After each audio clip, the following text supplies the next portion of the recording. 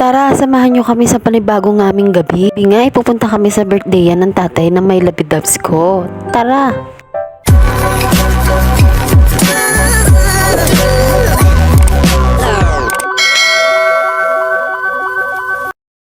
Ngayong gabi nga mga kapograt ay birthday ng tatay ng lapidabs ko. Kaya naman makikita nyo at nag-aayos ako dyan. First time nyo lang ako makikitang maganda, kaya naman pagbigyan nyo na. Kaya naman yung pabango ko dyan ay talagang pinaligo ko na sa katawan ko, kaya naman sobrang bango ko na. Sa sobrang pagmamadali nga mga kapugrat ay nailak na yung pinto at hindi ko na nga nabidyohan. Nga kami dyan mga kapugrat, makikita nyo maliwanag pa dyan sa labas. Wag kamay! Ay Diyos mio, kumanta pa nga, wag ka na kumanta, baka umulan pa.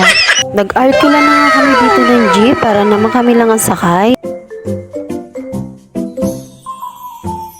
Uy, ba't kayo nagbabayad? Sabi ko, nag-arkila tayo ng sasakyan. Nahuli nyo pa nga kami. Ayan nga mga pograt. Dito lang kami binaba ng inarkila kong jeep. Ay, sinakyan naming jeep. Nag-intay-intay pa nga kami dyan ng jeep. Kaya nakapag-decide kami maglakad na lang. Kasi wala talaga kami masasakyan. Kundi kami maglalakad papuntang Dali. Sa tapat kasi ng Dali, doon kasi ang sakayan talaga. Habang naglalakad nga kami, nagkakwentuhan pa nga kami dyan. Masarap talaga maglakad kapag may kakwentuhan kasama ka. Na nga kami sa tapat ng Bintura sa may Seymour. Tagal-tagal ko nang nakikita yan pero di ko pa rin napapasok. Malapit lang naman kami dyan. Kasi kami time para maggala-gala dyan. Yung mga oras nga yan, mga kapograd, ay talaga namang nagmamadali na kami kasi nga paggabi na. May pasok pa kasi siya mga kapograt after namin pumunta sa birthday yan, diretso siya sa work. Kaya naman talagang nagmamadali kami makapunta doon. Kasi palagpas yung araw na to kahit may pasok siya ngayon. Dahil minsan lang naman to sa isang taon. At saka matagal-tagal na rin kaming hindi nakakapunta kaya naman pinursige namin talagang pumunta. At ayan na nga mga kapograt, malapit na kami sa kanilang bahay. Yung nakikita nyo ay si Kuya Balyan.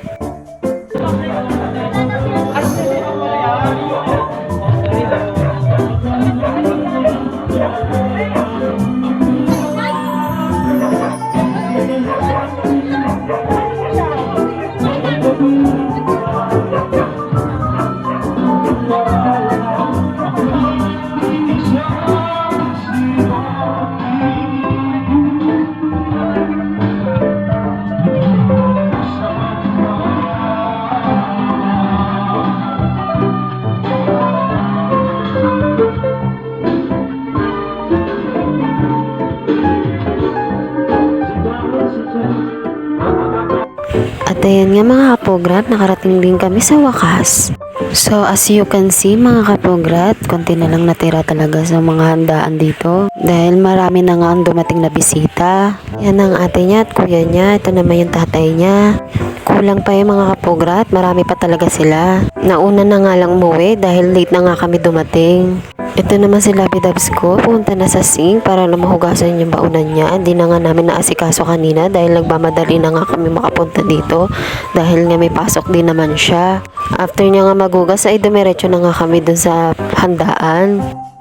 Para naman makakain na kami kaagad. Nga pala mga pograt, self-service dito kasi kapag nahuli ka, ganyan talaga mangyayari sa'yo. Ay, joke lang po! Nauna na nga ako dyan mga kapugrat kumain. May kausap kasi ang lapidabs ko kaya naman sinundan ko na. Yan nga pala yung kuya niya nasa Taiwan. Videohan ko lang mga kapugrat para makita nyo kung gaano kagwapo yan. Halos lahat naman ng mga kapatid niya lalaki, gwapo talaga at isa na siya doon.